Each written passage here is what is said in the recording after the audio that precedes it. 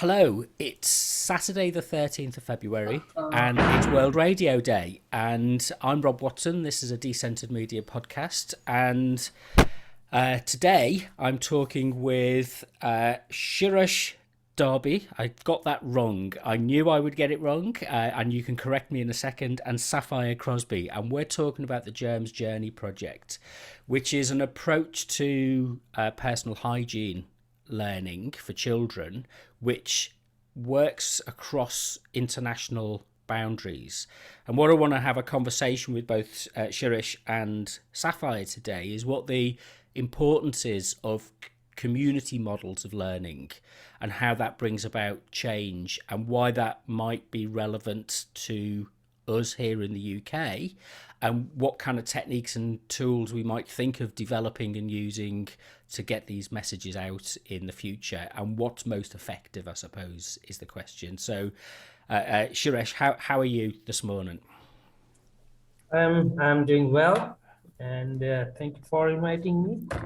And it was a wonderful experience for us, even that we're working closely with the community for last more than 25 years in slums of Ahmedabad, and DMU has been partnered with almost 5 years, 5, 6 years, and we provide them, particularly the students from various faculties, we provide them an opportunity to, work with the communities. Different faculties came here, almost like in the last 5 years, over thousands or maybe more than 1,000 volunteers, students came from DMU particularly, and worked with us, and it was very learning experience from both sides. Like uh, they learn a lot from us and we learn from them as well. Our kids have got so many good things to learn, as far as if you say Germs Journey concerns, or dance, or music, or health programs, or so many projects that we do. So uh, the journey started, I think, in 2017. If I'm not wrong, Sapphire, that you came first with the group of Yeah, students. Yeah, yeah. yeah, So it was 2017 when we 17. Yes, first came yes, over. Yes, yeah. yes, yes. So yeah, so then since then, yeah, she was the first then with the group of students, and then I think they have started the project Germs Journey, and and so far we had a lots of exchange of emails while we working together, and, uh, and Katie and Sarah also involved with. I think they are the mentors and helping her out for this project. So so far it's wonderful experience for me working with the Germs Journey particularly project. Can you paint a picture of what's Ahmedabad like here in the UK? It's very, the time differences. It's 2:30 in the afternoon for you, and it's what's your what's your daily life routine like at the moment? Okay, that's my personal and daily life is I'm working for Manav Sadhna. So it's like it's 3:11 here right now. It's now we have just winter is gone, and now summer is almost started now in this. And my daily routines, I work for community as a coordinator in Manav Sadhana. I look out all the projects here, mentoring our staff, and plus I look after all the volunteers, those coming from parts of the world. So I manage, particularly the project I did with the DMU. So I was closely, involved with all the DMU students or uh, coordinators there back in DMU. And so I started early in the 10 in the morning, work, almost 6, 7 in the evening. So that's my daily routine, for working. I do a lot of community work while I'm not in the office. I do go into the slums, working with community. Recently, we had a uh, health camp which was for young girls actually, uh, who had a. We found that many of our young girls have a malnourished, and the reason is that there's a low amount of iron in their blood, so that hemoglobin is reduced very. So we are testing their bloods, and now we are giving them other medications to how to increase their hemoglobin. So that kind of like over 1,000 girls we every day we checking. So these are all like projects I'm doing, with the health and so many other things. And this is kind of two questions wrapped up in one, because I was wondering which do I put first. How's the pandemic affected you, and what's your approach to community development? Okay. I kind of thought, which one do you ask first? And I Okay, think that pandemic, yes, sure. The pandemic is, so we almost, the lockdown happened here, on, I remember the date of 24th of March, and right after the pandemic, so we like in 24th March, we, the entire nation was shut down for 6 to 7 months almost, and it's any if you have seen in the television or in the media, social medias, that lots of migrants have been stuck during those days. They wanted to go homes, but everything was shut down. And during this was like we have seen actually very closely, because we started working for them actually while was shut down here. We started helping out the migrants workers who was walking towards their destinations, like uh, 500 kilometers or 600 kilometers on barefoot and walking. So we thought that this is our duty to help them out. So we started immediately, right after the 1 week after the lockdown happened. We started our resources, and then we have giving out food, started distribution food to the people.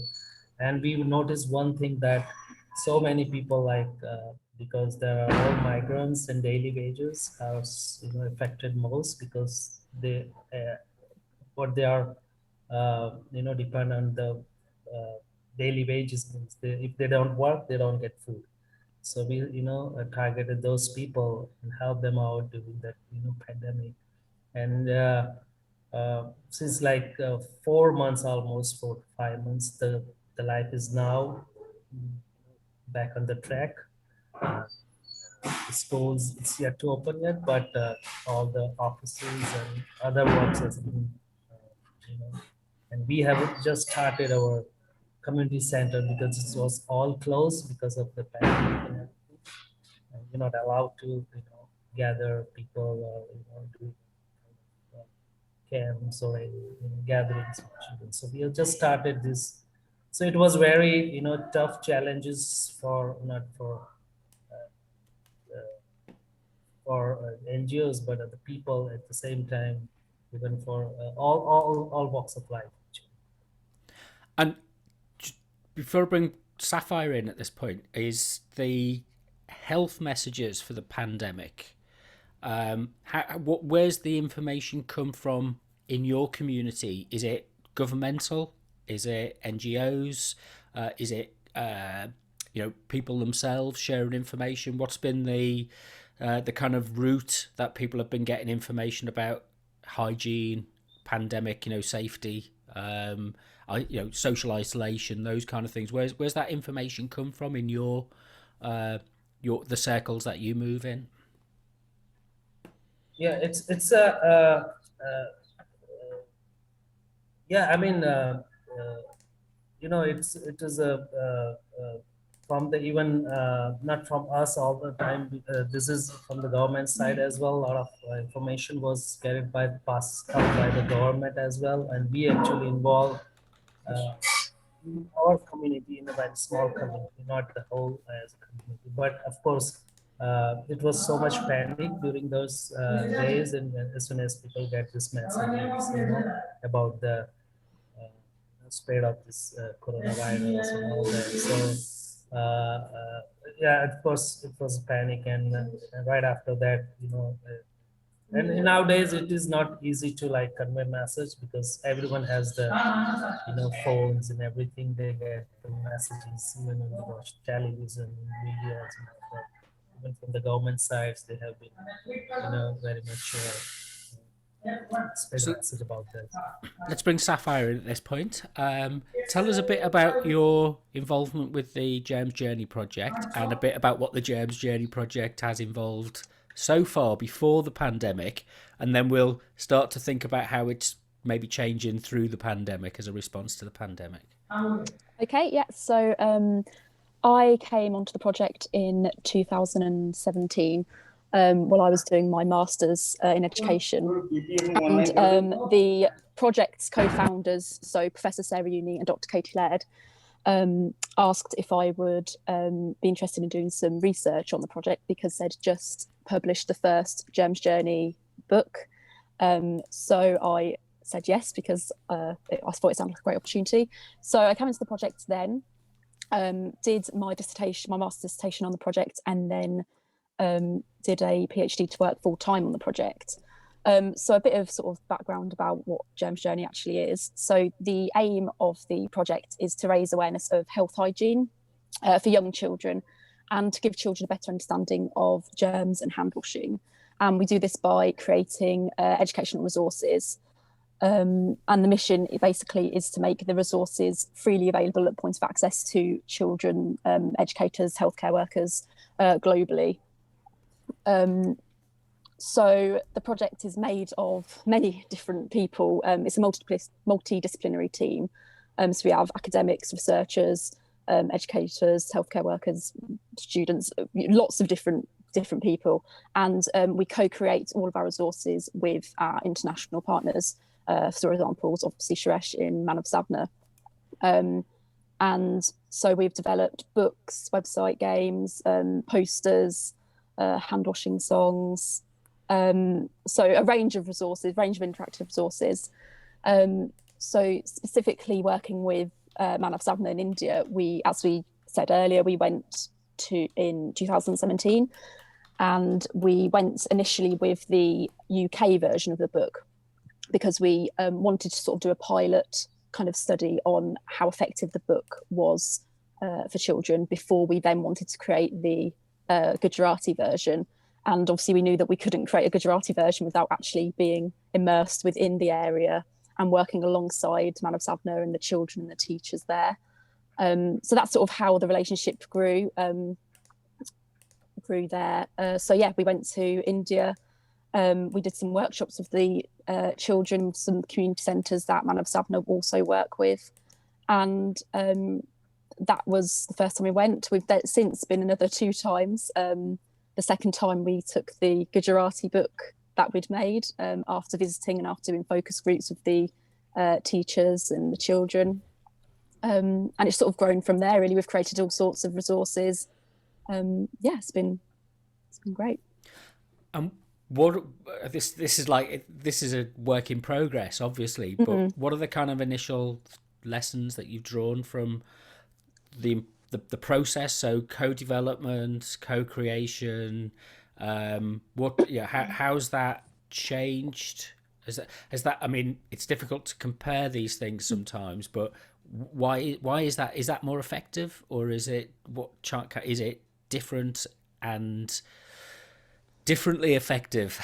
That's the only way I can put it. Yeah, no, so co-creation definitely for this project in particular, but all sorts of projects, it's definitely the only sort of way we could do it. How could we expect to create resources for areas that we don't live in without actually going to these places, working with experts, working with people who live there, working with the children and the teachers and the end users.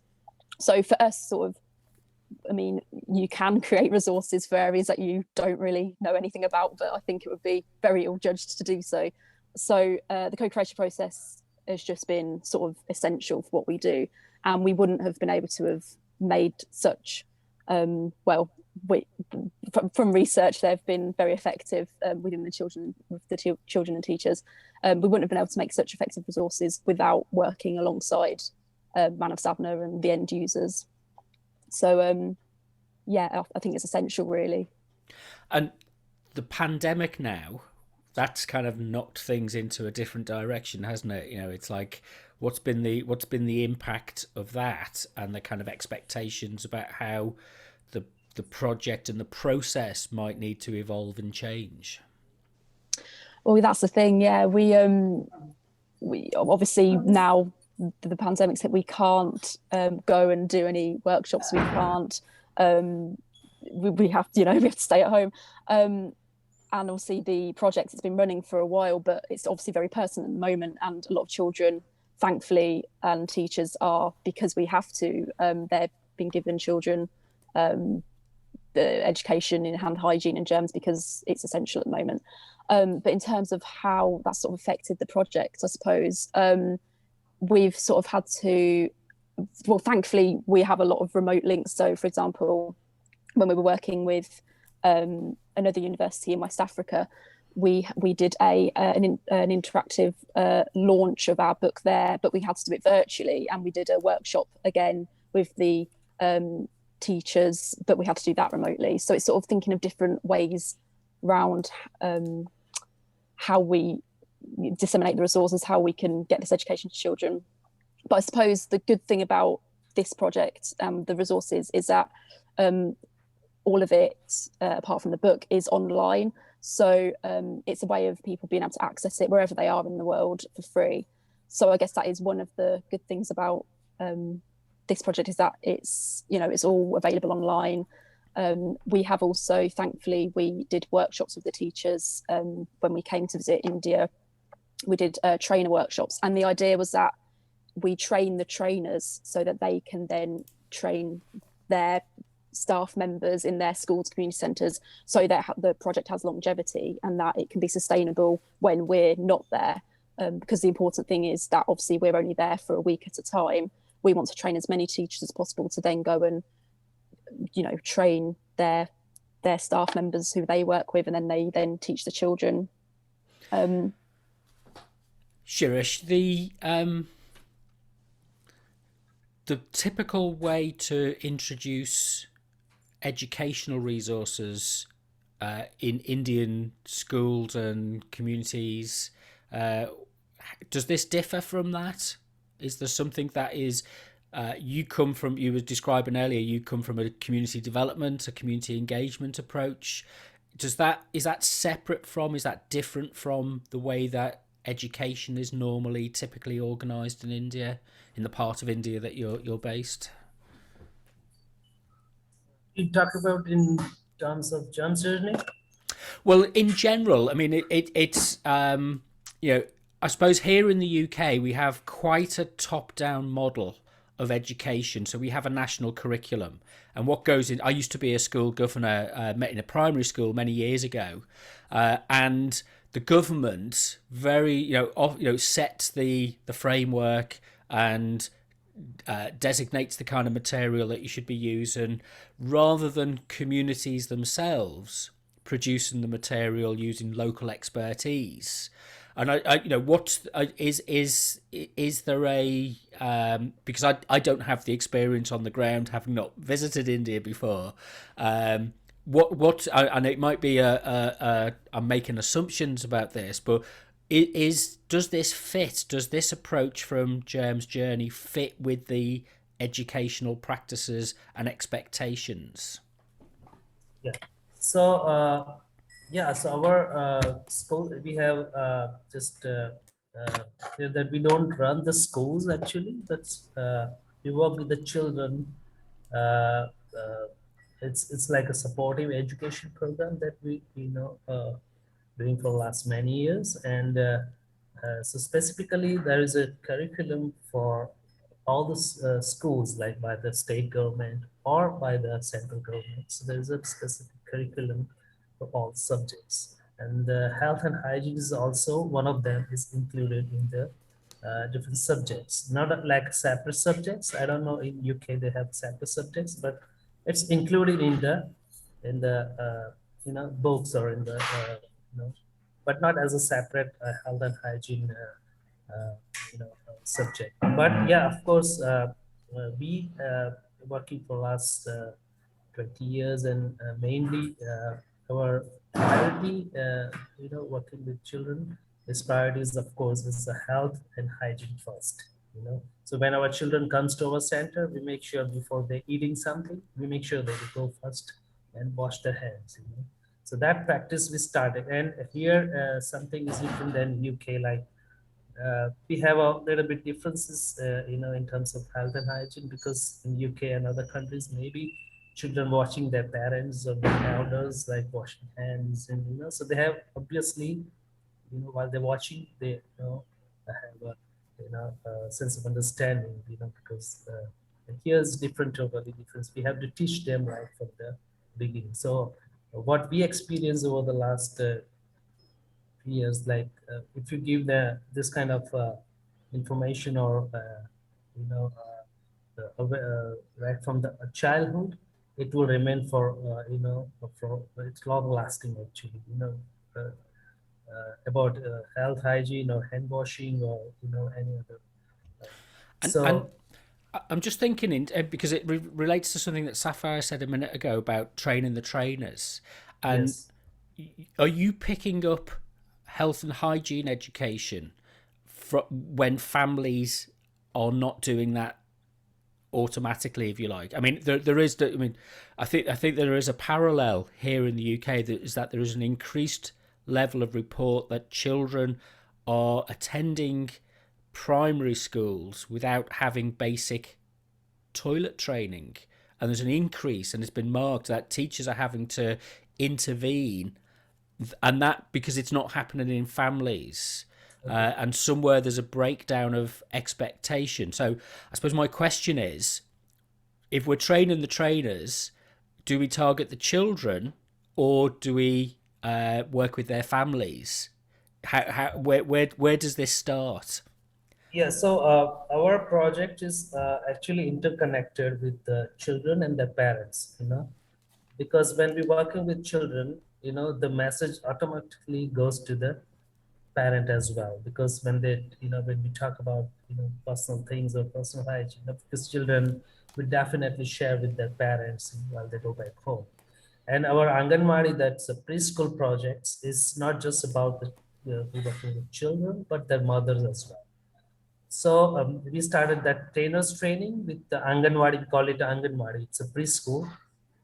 So this Anganwadi teachers, their role is particularly, working with children and as well as the mothers. So they go every day, every single day to the communities, and taking care of the mothers particularly, and the children. So this message is, conveyed in the both, like from mother to children, or children to mother as well. So this is, and particularly this Germs Journey book out, I would say that, yes, of course, we are doing this, health awareness, and for many years. But the particular book that Germ Journey, well, we got this book, uh, and I'm glad that we made it in Gujarati, and I was part of that translation. So it was learning experience for me as well. So it's really, sometimes when you listening, uh, it's not, good, but when you see something in the pictures, and uh, and it's a very simple book that, just taking the mind, like it just, pointed like pictures, and everything is very, particular, and children can even, they cannot read or write, they can when they see the pictures, they can understand what the book is going to say.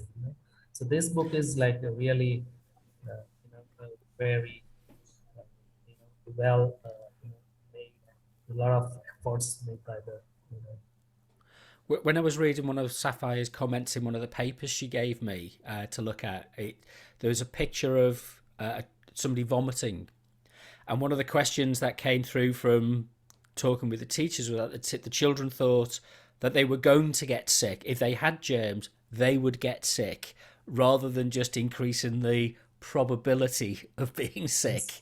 And that I thought was really kind of, it got the message home. Sapphire, how did you find the kind of development of things, like if you were involved in this part of the book production, or subsequently as it's been used, the kind of type of images, the type of language, having it in a local language in Gujarati is incredibly important. But there's how far did you drill down into local cultural differences and expectations? Yeah, so I wasn't involved in the original UK book, but obviously the second book, the Gujarati version, that was very important for us. So we had to do a lot of research on sort of what toilet facilities were there, what sort of foods that the children will eat, because it's essential that children obviously can relate to the book. So we looked at, so as I say, like the foods that they were eating, the types of water sources available, the types of toilets. So we used, it was very similar to the first book in that it was the same story exactly. We just changed the images so that they would relate to the children. And it's funny what you were saying about the picture of the child being sick, because that is one of the pictures that when we're reading with the children, they absolutely love that one. They look at that and they're like, oh, it's it's disgusting. But yeah, it's very funny to see their reaction when we open that page. The phrase I've just picked out from that is relatability. And Shirish, in terms of how the media that people consume, and the kind of public information and health engagement more generally, how relatable do you see a difference in the way that people, for example, my opinion of our communications about the pandemic here in the UK is that much of the material has not been relatable. It's been very given down to people, and it doesn't relate to their lives, their community experiences. It's not presented in their languages. So we've had problems in terms of the inclusion and diversity of messages. What would you say would be your advice if we're going to go forward and think about creating different types of media to help facilitate this learning? What's going to make it more relatable?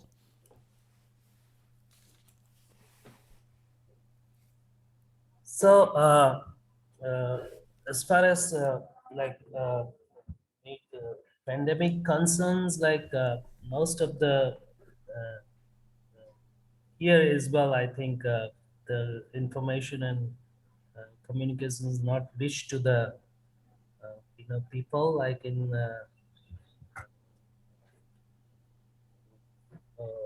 for example, in a printing, in a book label or something like that. So I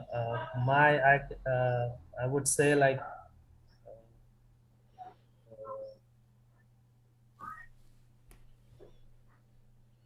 sorry, I forget your question. Sorry.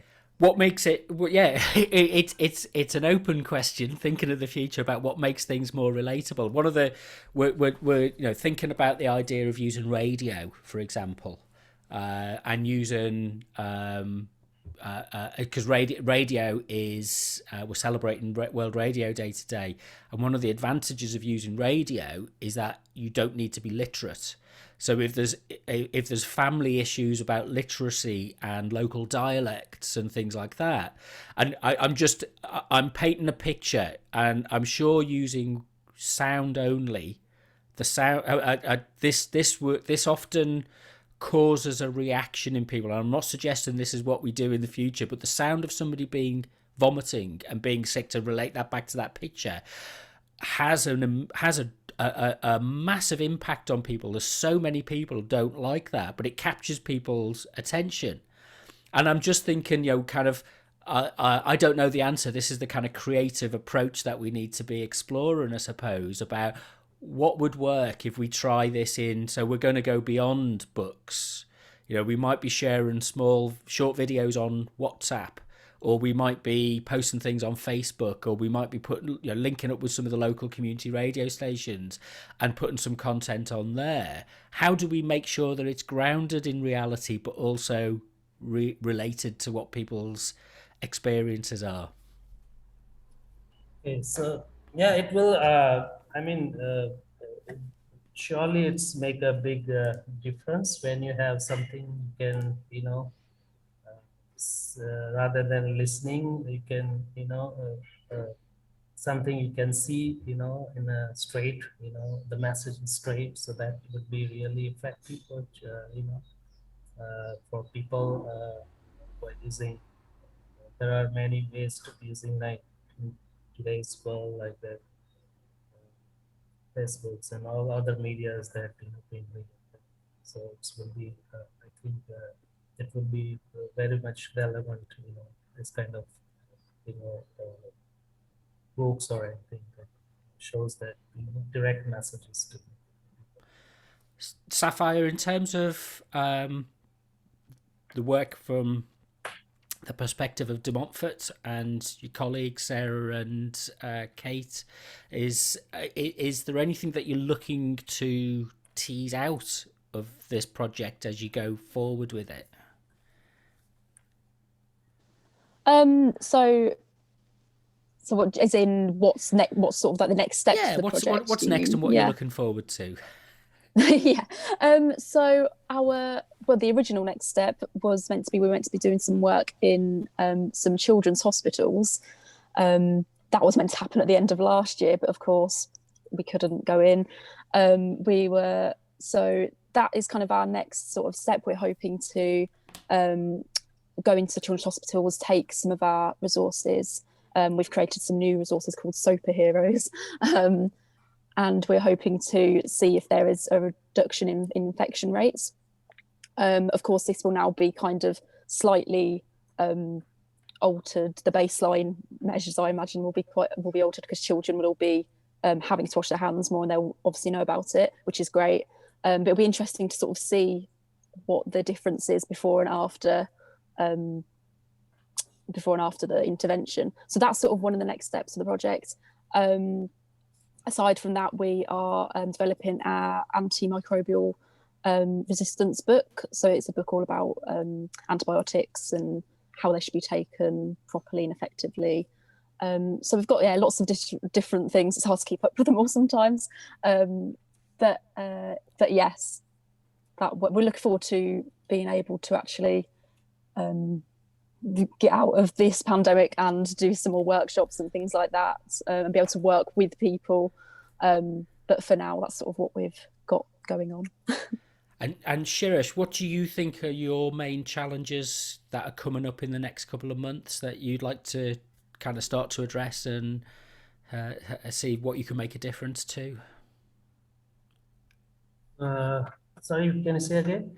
What are the challenges that over the next coming months that you think you kind of going to need to be working on and